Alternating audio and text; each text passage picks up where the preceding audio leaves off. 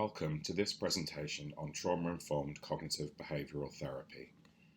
This presentation has been prepared and recorded by Sarah Findlay, Tessa Wilson and Scott Harrison, all students in the Yorkville Masters in Counselling Psychology programme for course Psych 6163 Behavioural and Cognitive Modalities.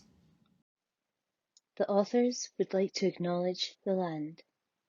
We gratefully acknowledge we are learning and working on the traditional, ancestral, unceded and occupied territories of the Coast Salish peoples of the lower mainland of BC, the Selk'nam Okanagan people of interior BC, and Treaty 6 territories of Alberta, which are traditional gathering place for diverse Indigenous peoples, including the Cree, Blackfoot, Métis, Nakota, Sioux, Iroquois, Dene, Ojibwe, Saulteaux, Anishinaabe, Inuit, and many others, whose histories, languages, and cultures continue to influence our vibrant communities. The objectives of this presentation are to firstly define trauma and vicarious trauma, the impact this has on paramedics, and the evidence-based treatment for PTSD, trauma-focused cognitive behavioral therapy. This will be applied to a fictional case study and will be completed by questions for the audience to consider. Trauma is a psychological response to an event or events that are unimaginable, uncontrollable, and overwhelming. It is a normal reaction to an abnormal situation and can be experienced as intense fear, helplessness, horror, disrupted attachment, and if not treated, can lead to PTSD.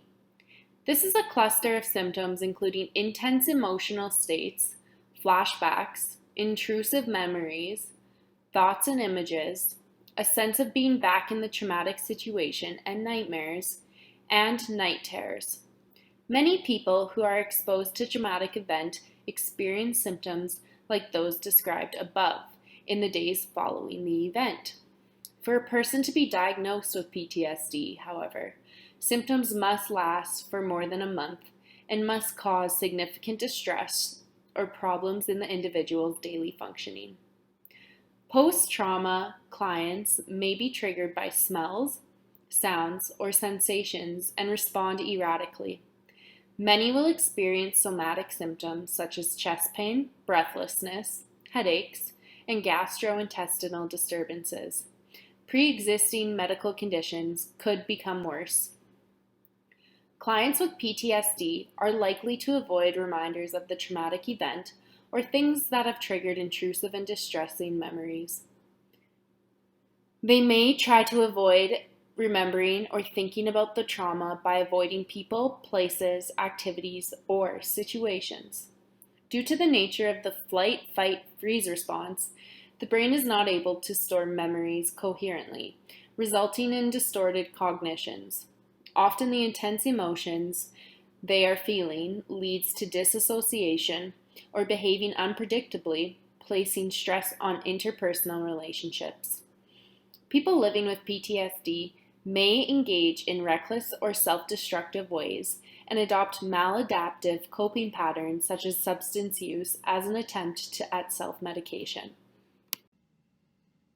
Vicarious trauma was first described by Pullman and Sarp-Whitney in 1995 to describe the profound shift in worldview that occurs in helping professionals working with people who have experienced trauma. Helpers notice that their fundamental beliefs about the world are altered or damaged through their repeated exposure to traumatic material, which may be witnessing a traumatic event or hearing traumatic stories from those they are helping. For example, a child protection worker may lose trust in adults around their own child, or an emergency nurse may lose faith in humanity after seeing repeated interpersonal violence injuries. Anyone who works with trauma survivors, witnesses violence or abuse, or counsels trauma survivors is at risk of developing vicarious trauma. While responses to indirect trauma may be positive, such as prioritizing time with loved ones after witnessing a death, neutral due to numbing, or negative where the helper becomes cynical or fearful. In vicarious trauma, the response is always negative and is manifested in a number of psychological symptoms, including dissociation, numbness, emotional dysregulation, intrusive thoughts and images, increased irritability, and maladaptive coping behaviours. Most people who witness trauma have temporary difficulty adjusting and coping. However, if the symptoms continue, vicarious trauma can lead to the development of post-traumatic stress disorder. In the Canadian population, the rate of PTSD ranges from 7 to 10%. Although the research on EMS paramedics in Canada is limited, 22% of paramedics will experience PTSD. Due to underreporting, it is estimated that 1 in 4 paramedics will suffer from PTSD. There are approximately 33,500 paramedics in Canada. That is a potential for 8,375 paramedics per year who suffer from PTSD. The coping styles of the paramedic are often found to be avoidant and disassociative. This is connected to the culture of paramedicine, which has issues with supervision, bullying, and fear of stigmatization from colleagues when critical incidents occur. Stress and unprocessed calls can lead to higher suicidal ideation. The more stressful calls the paramedic experiences, the higher rates of PTSD. These calls often involved death, abuse, neglect, and if the person knows the client who requires assistance. Cortisol levels are high in avoidant coping styles and can lead to anxiety, depression, and PTSD if maladaptive strategies cause physical and psychological injury. The components of trauma-informed cognitive behaviour therapy typically include psychoeducation on trauma and its psychological consequences, with an emphasis on educating clients that their trauma symptoms are a normal response to an abnormal situation. The client will also be educated about the CBT process and what to expect from the treatment plan. The therapeutic relationship remains a central tenet of CBT, and for PTSD, it is important the therapist create sanctuary for the client, ensuring their physical and psychological safety and setting therapeutic boundaries, as the client is likely to experience intense emotions in the early stages of treatment. Cognitive processing is employed because the nature of trauma means that the brain does not process and manage memories correctly. The reprocessing process helps clients to identify and integrate upsetting memories and think in more realistic and helpful ways. Eye movement desensitization and reprocessing may also be used to support this process. Eye movement desensitization and reprocessing, EMDR, was developed by psychologist Francine Shapiro in 1987 as a treatment for post-traumatic stress disorder. The intervention is based on the adaptive information processing model and considers symptoms of PTSD and other disorders to result from past disturbing experiences that continue to cause distress because the memory was not properly processed.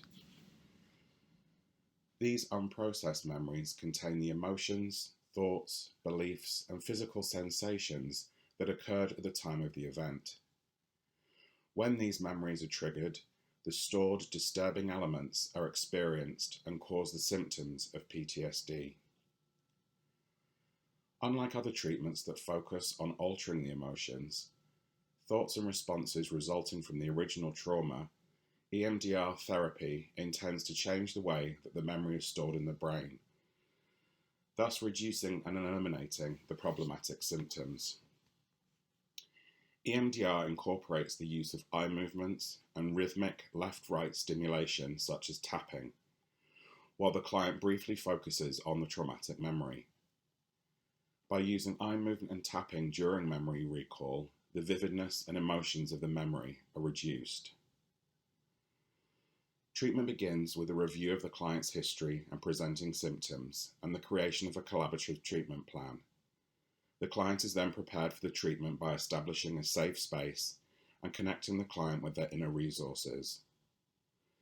In the assessment period, the client and therapist identify when, where, and how the client experiences their triggers, identify the emotions and symptoms associated with the traumatic memories, and develop positive belief statements.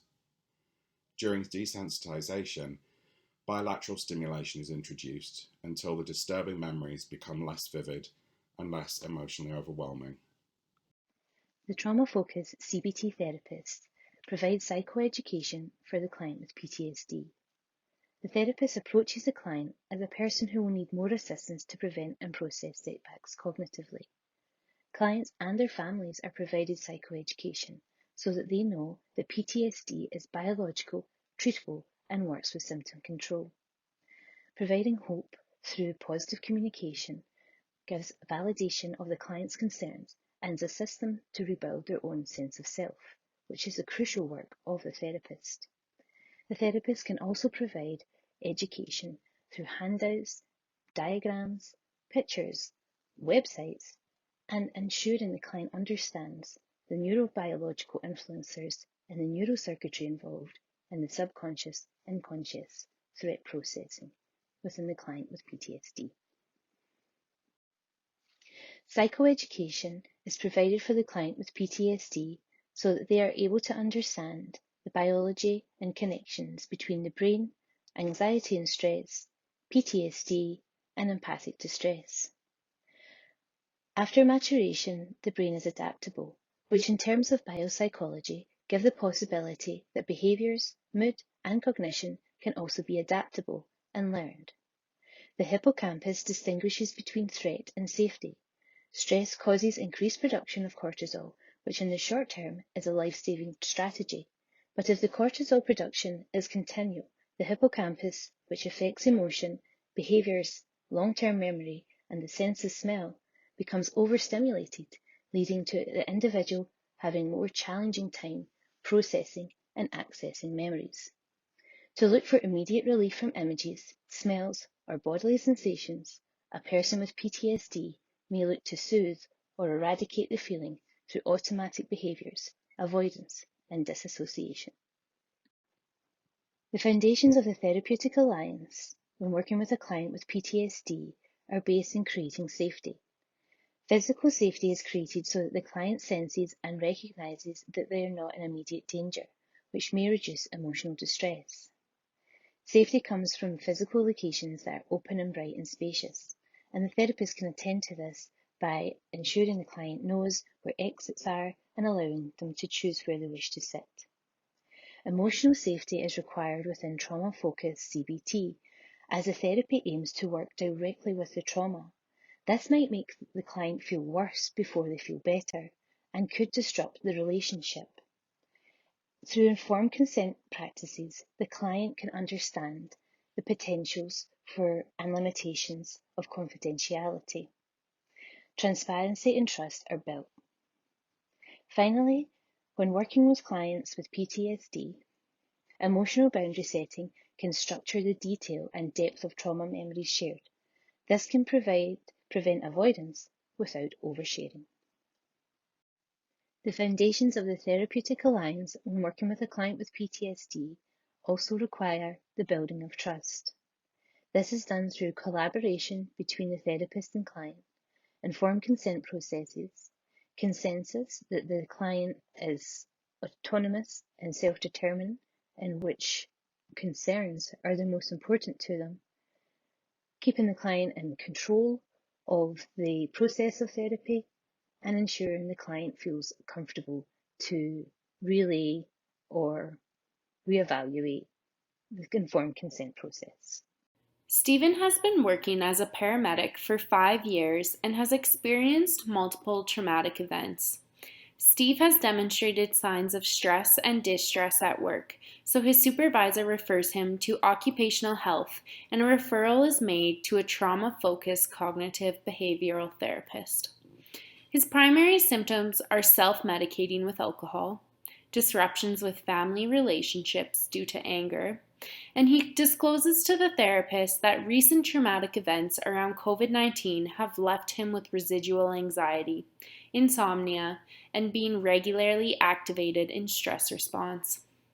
The therapist decides trauma-focused cognitive behavioral therapy would be best approach because he is early in his stages of vicarious trauma. The therapist decides to treat for 10 weeks, then assess his progress. Creating the formulation. Over the past 5 years, Steve has responded to multiple overdose calls which resulted in death. Most recently, the victim was a teenager. As a result, Steve began to lose hope and question his abilities, as so many patients died, and the last event caused intense emotional trauma. As a result, in workplace interactions, Steve is frustrated and angry when an overdose call comes in and he must attend it. Steve became hypervigilant while at work. If he feels anxious and panicked during a job, he experiences cognitive, I'm going to panic, physical, increased heart rate, churning stomach, flushing, and behavioral, becoming defensive and snappy, symptoms of anxiety. Steve coped with his stress by using alcohol and became increasingly defensive and angry. These mechanisms were activated when Steve attended an overdose call. As a result of his avoidance, Steve withdrew from his colleagues and family and acted angrily. He continued to increase his alcohol intake and began to experience periods of intense emotional dysregulation and flashbacks to failed OD reversals. This 5 areas formulation illustrates how Steve's cognitive model is working. His main trigger is being called out to OD events, which stimulates his negative thought processes that he will panic, lose control, and may cause flashbacks to previous OD calls. This causes muscle tension, a rapid heart rate, and stress responses that both prompt and are maintained by his maladaptive behaviours of excessive alcohol consumption, emotional dysregulation, and angrily pushing away his traumatic memories. Throughout this process, Steve is experiencing intense anger, anxiety, and frustration. Psychological mechanisms can be defined as processes or events that are responsible for specific changes in psychological outcomes. In Steve's case, this is illustrated by his distorted appraisals of the traumatic events he has experienced, along with distorted autobiographical memory of the traumas. These can largely be explained by the high levels of stress hormones that are present in periods of trauma or intense arousal. In the presence of perceived danger, the primitive parts of the brain override the conscious parts. The intention is to protect us from the threat. The hippocampus switches from processing and storing data and memories to releasing adrenaline and cortisol to facilitate the flight, fight, or freeze response. Steve's primitive brain responds to triggers, removing rationality. As a result of these mechanisms, he has adopted cognitive and behavioral strategies for coping that are unhelpful, potentially damaging, and are preventing him from properly processing the trauma. In collaboration with Steve, a treatment plan will be created using the components of trauma-informed cognitive behavioral therapy. Following some psychoeducation on PTSD and the process of CBT, the therapist will spend time establishing safety and trust with Steve. It is essential that the therapist has an understanding of paramedic culture, which tends to minimize mental health concerns and continues to uphold traditional articulations of masculinity. Once trust has been established, the therapy can move into the cognitive restructuring, supported by relaxation and EMDR. Between session assignments will be created collaboratively with Steve and will focus on reducing alcohol intake, practicing relaxation techniques during periods of stress, and monitoring his thoughts and triggers. Steve will be encouraged to seek the support of friends and family as he progresses throughout his treatment. Throughout the treatment process, the therapist will review with Steve his progress to encourage him to continue the treatment plan and have resolution of his PTSD symptoms. Cognitive restructuring is a technique used in trauma-focused CBT that helps the victims of traumatic events be able to think about these events without feeling overwhelmed and to help them organize their experiences to put them in the past. By identifying and changing the beliefs and thoughts which are associated with the intense emotions, the memories of the trauma become less hot and intense. As is the case when someone experiences strong emotions because of events in their present-day life, the thoughts and beliefs fueling the strong emotions associated with traumatic events from the past tend to be distorted and by negatively skewed patterns of thinking, such as black and white thinking, catastrophizing, and recalling negative elements while overlooking positive elements. Restructuring the thoughts and beliefs which fuel hotspots for traumatic events involves evaluating these thoughts and beliefs with evidence. This allows the person to move toward more accurate, balanced thoughts and beliefs in relation to the events. Having these balanced thoughts and beliefs to replace the distorted thoughts in turn leads to a decrease in the intensity of the emotions the person experiences when they think about the traumatic events. Steve will be asked to self-monitor the thoughts that spark his negative thinking, and in therapy will be supported to question his assumptions such as, "I am useless," or "every patient call will result in death." He will also be supported to identify his triggers, so he becomes aware of the ecology of his thoughts and belief systems. With the therapist's help, he will be asked to generate alternatives to his current thoughts and beliefs and will be taught relaxation skills to improve his distress tolerance. Relaxation is a technique used in trauma-focused cognitive behavioral therapy to help reduce stress, anxiety, and can help prevent hyperventilation. Relaxation techniques have shown an increase in brain waves, less oxygen consumption, and lower heart rate and blood pressure during meditative state. The therapist can provide psychoeducation to Steve about how meditation works and how it can effectively lessen symptoms associated with PTSD. The therapist can also use psychoeducation to educate Steve on coping strategies and explain harmful coping strategies such as alcohol consumption. Steve and the therapist can collaborate to identify when he feels he most needs relaxation strategies and what unhealthy coping strategies he currently uses to provide further education.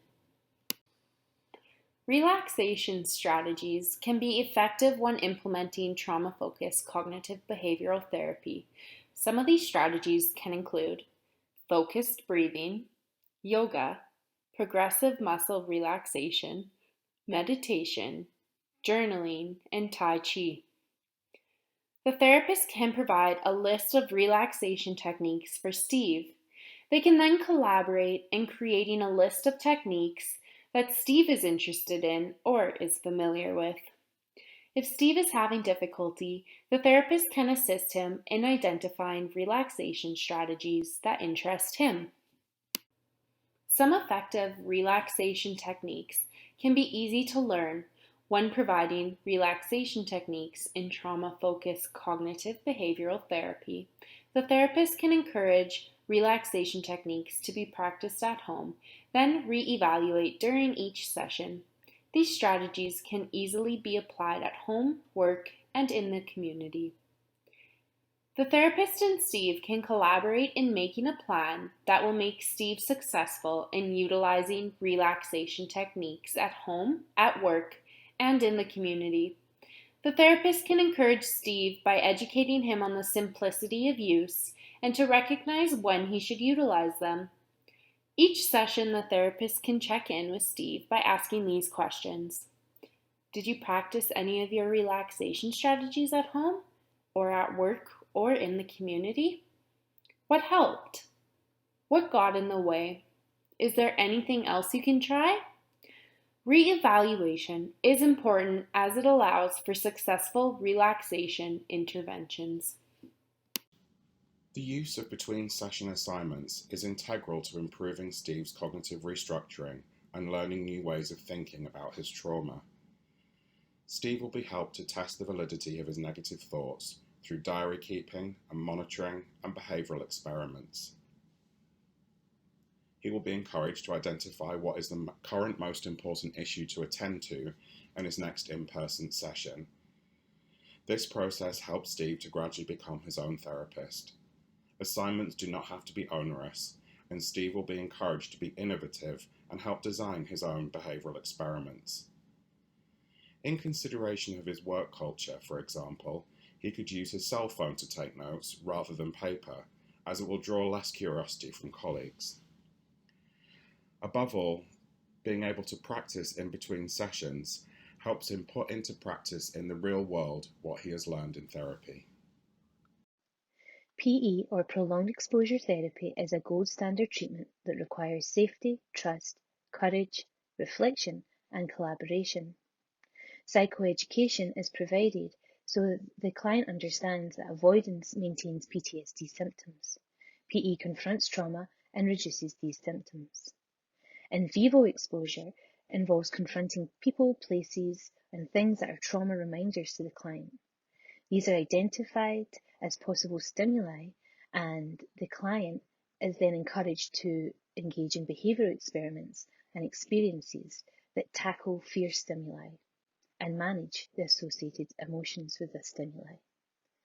Imaginal exposure asks the client to verbally repeat a traumatic event while in the safe, calm, and supportive presence of the therapist.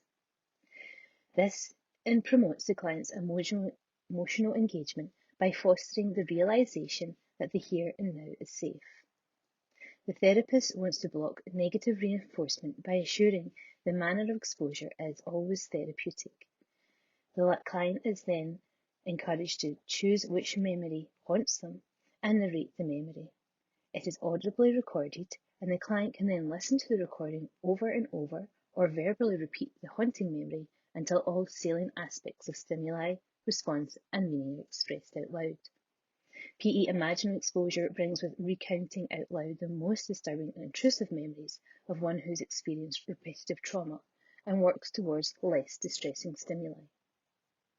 Emotional processing is to understand that the brain can then begin to process and file memories appropriately, reducing their previously intrusive behaviours. Social support is when an individual feels a sense of belonging and recognizes others care for their well-being. An individual's social network can include family, friends, partners, co-workers, neighbors, and other healthcare professionals. Social networking supports individuals to cope with stress and have been shown to be critical to buffer psychiatric and physical health problems. Social support is shown to minimize PTSD symptoms. Having a sense of feeling of belongingness, healthcare providers have fewer negative experiences when exposed to traumatic events. Social support from coworkers or supervisors is shown to be more effective as they are acquainted to the unique stressors that healthcare workers face. The therapist can use psychoeducation to discuss the importance of a support system. The therapist can ask Steve to write his name in the middle of a piece of paper and map out his support system by writing their names. The therapist can support by suggesting he includes people that make him feel safe and cared for. He can also include their phone numbers. Then ask Steve about the individuals he wrote down and what different problems he would go to them with. Remind Steve he is not alone and can reach out to his support system or you if he is having difficulties. As we conclude this session, we would like to pose questions for consideration for our audience. Firstly, as a therapist, you will be exposed to traumatic stories repeatedly. How, as a therapist, will you manage your own vicarious trauma? Considering that Steve intends to continue working as a paramedic and will therefore face further indirect trauma, how would you introduce relapse management to him? And lastly, trauma-informed CBT has mostly been used in the treatment of children and adolescents. After hearing this presentation, Do you think that this modality can bridge the gap between youth and adult trauma treatments? Thank you for your attention, and we hope this has been an enjoyable learning experience.